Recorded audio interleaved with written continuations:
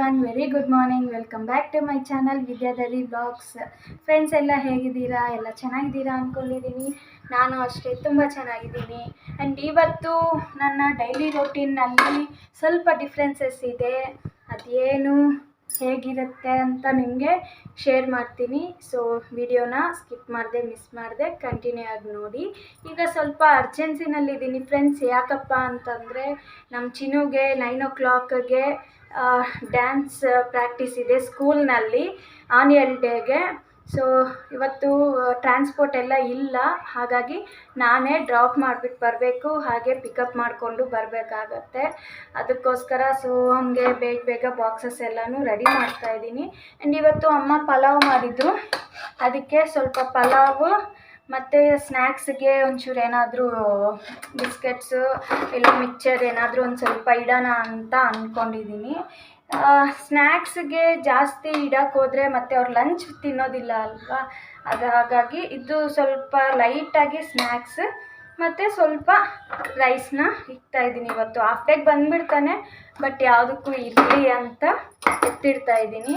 So ನಮ್ಮ ಸನಿ ಅಂತೂ ಇನ್ನೂ ನಿದ್ದೆ ಮಾಡ್ತಾಯಿದ್ದಾನೆ, ಎದ್ದಿಲ್ಲ. ಟೈಮ್ ಈಗಾಗಲೇ 8:30 ಆಗೋಗಿದೆ. ಅದಕ್ಕೆ ಫ್ರೆಂಡ್ಸ್ ಸ್ವಲ್ಪ ಫಾಸ್ಟಾಗಿ ಮಾಡ್ಕೊತಾ ಇದ್ದೀನಿ. ಸೊ ವಿಡಿಯೋ ಅಂತೂ ಕಂಟಿನ್ಯೂ ಆಗ್ತಾ ಇರುತ್ತೆ, ಮಿಸ್ ಮಾಡಿದೆ, ಸ್ಕಿಪ್ ಮಾಡಿದೆ ನೋಡಿ. ಹಾಗೆ ನಮ್ಮ ಚಿನ್ನೋರ್ ಸ್ಕೂಲ್ನಲ್ಲಿ ನಿನ್ನೆ ಸಂಕ್ರಾಂತಿ ಹಬ್ಬ ಸೆಲೆಬ್ರೇಷನ್ ಮಾಡಿದ್ರು. ಸೊ ಮಂಡೇ ಲೀವ್ ಇರೋದ್ರಿಂದ ಹಾಗಾಗಿ ಅದು ಡೆಕೋರೇಷನ್ ಎಲ್ಲ ಹೇಗಿರುತ್ತೆ ಅಂತ ಟೈಮ್ ಇದ್ದರೆ ಅದನ್ನು ನಿಮಗೆ ತೋರಿಸ್ತೀನಿ. ಸೊ ಇದುವರೆಗೂ ನನ್ನ ಚಾನಲ್ನ ಫಸ್ಟ್ ಟೈಮ್ ಯಾರಾದರೂ ನೋಡ್ತಾ ಇದ್ದರೆ ಪ್ಲೀಸ್ ಸಬ್ಸ್ಕ್ರೈಬ್ ಮಾಡ್ಕೊಂಡು ನೋಡಿ ಅಂತ ಕೇಳ್ತಾ ವಿಡಿಯೋನ ಕಂಟಿನ್ಯೂ ಮಾಡ್ತಾ ಇರ್ತೀನಿ, ನೋಡ್ತಾ ಇರಿ. ಈಗಾಗಲೇ 9 o'clock ಆಗಿದ್ದರಿಂದ ಅತ್ತೆ ಮತ್ತು ಚಿನ್ನು ಆಲ್ರೆಡಿ ಶಾಪ್ ಹತ್ರ ಬಂದಿದ್ದರು. ಸೊ ಸನಿನ ಅತ್ತೆ ಹತ್ರ ಕೊಟ್ಬಿಟ್ಟು ಚಿನ್ನೂನ ಕರ್ಕೊಂಡು ಹೋಗೋಣ ಅಂತ ಶಾಪ್ ಹತ್ರ ಹೋಗ್ತಾ ಇದ್ದೀನಿ ಫ್ರೆಂಡ್ಸ್. ಅವನು ರೆಡಿಯಾಗಿದ್ದಾನೆ ಇಲ್ಲ ನೋಡಬೇಕು. ಸೊ ಅವನು ರೆಡಿಯಾಗಿ ಆಲ್ರೆಡಿ ಬ್ರೇಕ್ಫಾಸ್ಟ್ ಎಲ್ಲ ಮಾಡಿಕೊಂಡು ಇನ್ನೇನು ಹೊರಡಬೇಕು ಅಂತ. ಸೊ ತುಂಬ ದಿನ ಆದಮೇಲೆ ಸ್ಕೂಟಿನ ಡ್ರೈವ್ ಮಾಡೋಕ್ಕೆ ಹೋಗ್ತಾ ಇದ್ದೀನಿ.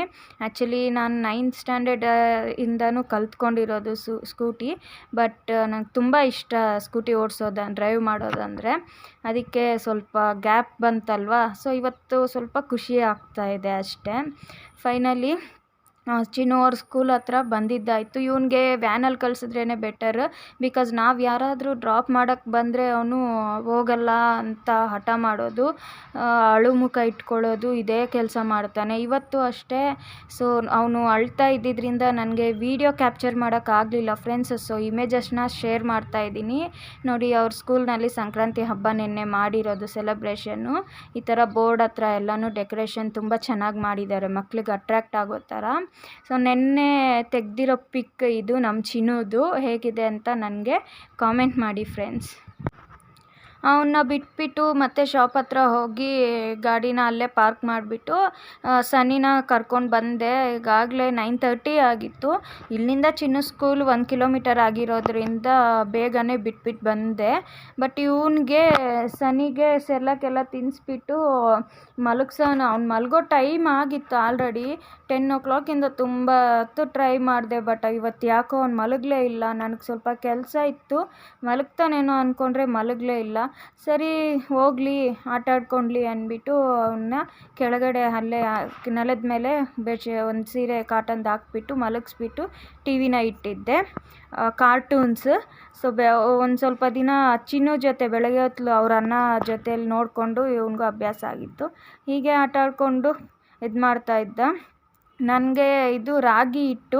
ಸೊ ಅಜ್ಜಿ ಅವನಿಗೆ ಸರಿ ಮಾಡೋಕ್ಕೆ ಅಂತ ಇದರಲ್ಲೇ ಎಲ್ಲ ಬೇರೆ ಬೇರೆ ಅಂದರೆ ಅಕ್ಕಿ, ಗೋಧಿ ಮತ್ತು ಸ್ವಲ್ಪ ಮೆಣಸು, ಜೀರಿಗೆ, ಬೇಳೆಕಾಳುಗಳು ಇದೆಲ್ಲನೂ ಹಾಕ್ಬಿಟ್ಟು ರೆಡಿ ಮಾಡಿ ಕೊಟ್ಟಿದ್ದಾರೆ ಫ್ರೆಂಡ್ಸ್. ಸೊ ಅದು ಎಲ್ಲ ಒಳ್ಳೇದಲ್ವ ಮಕ್ಕಳಿಗೆ ಈಗ ಸ್ಟೇಜಲ್ಲಿ ಇಡೋದು. ಅದಕ್ಕೋಸ್ಕರ ಜಲ್ಡಿನಲ್ಲಿ ಹಿಡಿಯೋದಕ್ಕಿಂತ ಈ ಥರ ಒಂದು ಪಾತ್ರೆಗೆ ಕಾಟನ್ ವೇಲ್ನಲ್ಲಿ ಜರಡಿ ಥರ ಇಟ್ಕೊಂಡ್ರೆ ಟೈಟಾಗಿ ಈ ಥರ ಕಟ್ಬಿಟ್ಟು ಇನ್ನೂ ನೀಟಾಗಿ ಬರುತ್ತೆ ಅಂತ ಹೇಳಿದರು ಅಜ್ಜಿ. ಸೊ ಅದಕ್ಕೋಸ್ಕರ ನಾನು ಇದನ್ನು ರೆಡಿ ಮಾಡ್ಕೊಂಡಿದ್ದೀನಿ. ಹೀಗೆ ಸ್ವಲ್ಪ ಹಾಕ್ಕೊಂಡು ಈ ಥರ ಕೈನಲ್ಲಿ ಅಂತ ಒಂಥರ ಸ್ಮ್ಯಾಶ್ ಮಾಡಿರೋ ಥರ ಅಂತ ಇದ್ದರೆ ಅದು ಕೆಳಗಡೆ ಹಿಟ್ಟೆಲ್ಲನೂ ಡಿವೈಡ್ ಆಗುತ್ತೆ. ಸೊ ಹಾಗೆ ಸನ್ನಿನ ಮಾತಾಡಿಸ್ಕೊಂಡೆ ನಾನು ಕೆಲಸನ ಮಾಡ್ಕೊತಾ ಇದ್ದೆ. ಸೊ ಅವನ ಹತ್ರನೇ ಇದ್ಕೊಂಡಿದ್ರೆ ಕೆಲಸನೂ ಆಗಬೇಕಲ್ವ, ಅದಕ್ಕೋಸ್ಕರ. ಆದರೂ ನನಗೆ ಅರ್ಧ ಮಾತ್ರ ಮಾಡೋದಕ್ಕೆ ಆಯಿತು, ಜರಡಿ ಹಿಡಿಯೋದಕ್ಕೆ. ಮಿಕ್ಕಿದ ಟೈಮಲ್ಲಿ ಅವನು ಹತ್ಕೊಂಬಿಟ್ಟ. ಹಿಡಿದ್ರೆ ನೋಡಿ ಫ್ರೆಂಡ್ಸ್, ಈ ಥರ ಡಿವೈಡ್ ಆಗುತ್ತೆ ಒಂದು ಸ್ವಲ್ಪ ಮೆತ್ತಗೆ ಎಲ್ಲನೂ. ಸೊ ನಾವು ಮಿಕ್ಕಿರೋದು ಅಂದರೆ ಸಪ್ರೇಟು ಒಟ್ಟು ಥರ ಬರುತ್ತಲ್ವ, ಅದು ಎಲ್ಲ ಈ ಥರ ಸಪ್ರೇಟ್ ಒಂದು ಪ್ಲೇಟಲ್ಲಿ ಹಾಕ್ಕೊಂಬಿಟ್ಟಿದ್ದೀನಿ.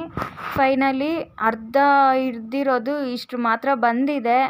ಸೊ ಇದನ್ನು ಮಾಡಿಸೋವಾಗ ತುಂಬ ಚೆನ್ನಾಗಿ, ಈಗ ಸ್ಮೆಲ್ ತುಂಬ ಚೆನ್ನಾಗಿದೆ.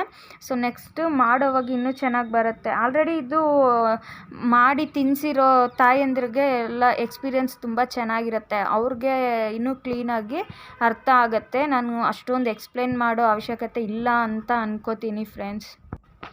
ಫೈನಲಿ ಟೈಮ್ ಅಂತೂ 2 o'clock ಆಗ್ತಾ ಇದೆ. ಸೊ ನಮ್ಮ ಚಿನ್ನೂ ಕರ್ಕೊಂಬಂದ್ಬಿಟ್ಟು ಒಂದು ಸ್ವಲ್ಪ ತಿಂಡಿನ ಕೊಟ್ಟಿದ್ದೆ. ಪಲಾವ್ ಮಾಡಿದರು ಅಮ್ಮ, ಕಾಳೆಲ್ಲ ಹಾಕ್ಬಿಟ್ಟು. ಸೊ ಅದನ್ನೇ ಸ್ವಲ್ಪ ಕೊಟ್ಟಿದ್ದೆ. ನಮ್ಮ ಸನ್ನಿ ಮಾರ್ನಿಂಗಿಂದ ಮಲಗಿರಲಿಲ್ಲ ಅಲ್ವಾ, ಅದಕ್ಕೆ ಈಗ ಸ್ವಲ್ಪ ಹೊತ್ತಂಗೆ ಮಲ್ಕೊಂಡಿದ್ದಾನೆ. ಹಂಗೆ ಅಂದ್ಕೊಳ್ಳೋಷ್ಟರಲ್ಲೇ ಎದ್ಬಿಟ್ಟ.